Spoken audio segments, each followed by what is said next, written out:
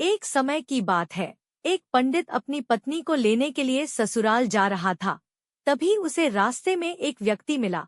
उसने पंडित से पूछा, महाराज कितनी दूर तक जा रहे हैं? पंडित ने कहा कि मैं अपनी पत्नी को ससुराल से लाने जा रहा हूँ। हैरानी से उस व्यक्ति ने पंडित से कहा कि आप पितृपक्ष में पत्नी को लेने के लिए जा रहे हैं। क्या आप जानते नहीं हैं कि इस महीने में किसी तरह का शुभ कार्य नहीं किया जाता? पंडित ने तपाक से कहा, अरे मैं ब्राह्मण हूँ, मुझ पर ये सारे नियम लागू बिल्कुल भी नहीं होते। उस व्यक्ति को पंडित के मुंह से ऐसी बातें सुनकर बड़ा अजीब लगा, लेकिन वो कर भी क्या सकता था। वो चुपचाप वहां से निकल गया।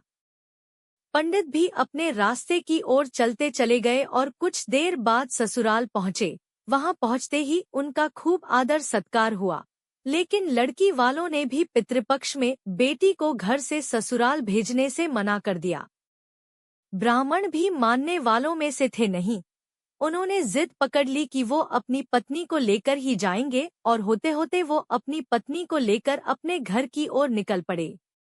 रास्ते में कुछ देर आगे बढ़ने पर पंडित को जोर से प्यास लगने लगी। सामने ही उन्हें कुआं नजर आया। वो वहां गए और रस्सी को खींचकर पानी निकालने लगे। उसी वक्त एक व्यक्ति भी वहां पहुंचा और उसने पंडित से अपने लिए भी पानी निकालने के लिए कहा। जैसे ही पंडित उसके लिए पानी निकालने लगे तो उसने पंडित को उठाकर कुएं के अंदर डाल दिया और पंडित के भेष में उसकी पत्नी के साथ रास्ते में आगे बढ़ने लगा। दोनों कुछ देर बाद पंडित के घर पहुंच गए। वो व्यक्ति पंडित का ही रूप बनाकर उस महिला के साथ रहने लगा। ऐसा होते होते तकरीबन 3 महीने बीत गए, लेकिन पंडित अभी भी कुएं में ही फंसे थे। कुछ दिनों बाद उसी कुएं के पास से एक व्यक्ति अपनी बैल लेकर गुजर रहा था। बैलों के गले की घंटी की आवाज कुएं के अंदर फंसे पंडित के कानों पर पड़ी। तभी पंडित जोर से चिल्लाया, बचाओ बचाओ, कोई है तो मुझे बाहर निकालो। बैल लेकर जा रहे आदमी को लगा कि कुएं से कोई भूत बोल रहा है।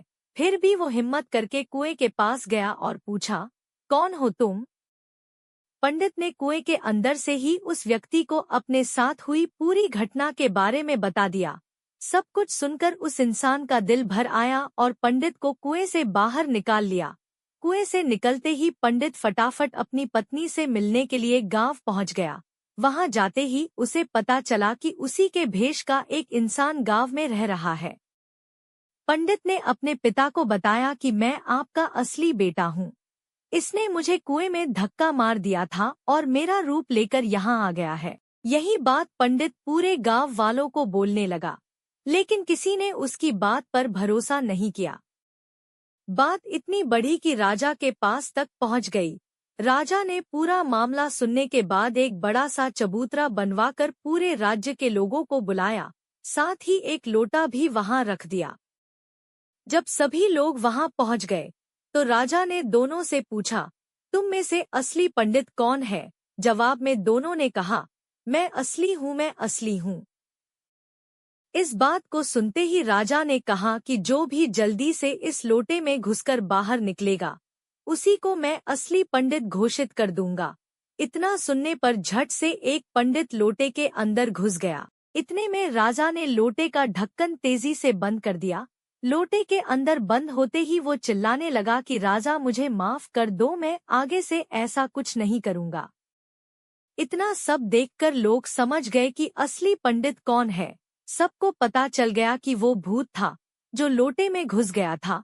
वह भूत पंडित को सबक सिखाने के लिए उसका रूप बनाकर उसी के घर में रह रहा था, क्योंकि वो पितृपक्ष में शुभ कार्य कर रहा था। कहानी से सीख, बड़े बुजुर्गों द्वारा कही गई बातों के पीछे कोई न कोई वजह छिपी होती है, इसलिए शुभ कार्यों को पितृपक्ष में नहीं किया जाना चाहिए। बुजुर्गों के अनुभव के आधार पर ही कुछ समय के लिए पितृपक्ष के दौरान शुभ कार्य करने से रुक जाना चाहिए।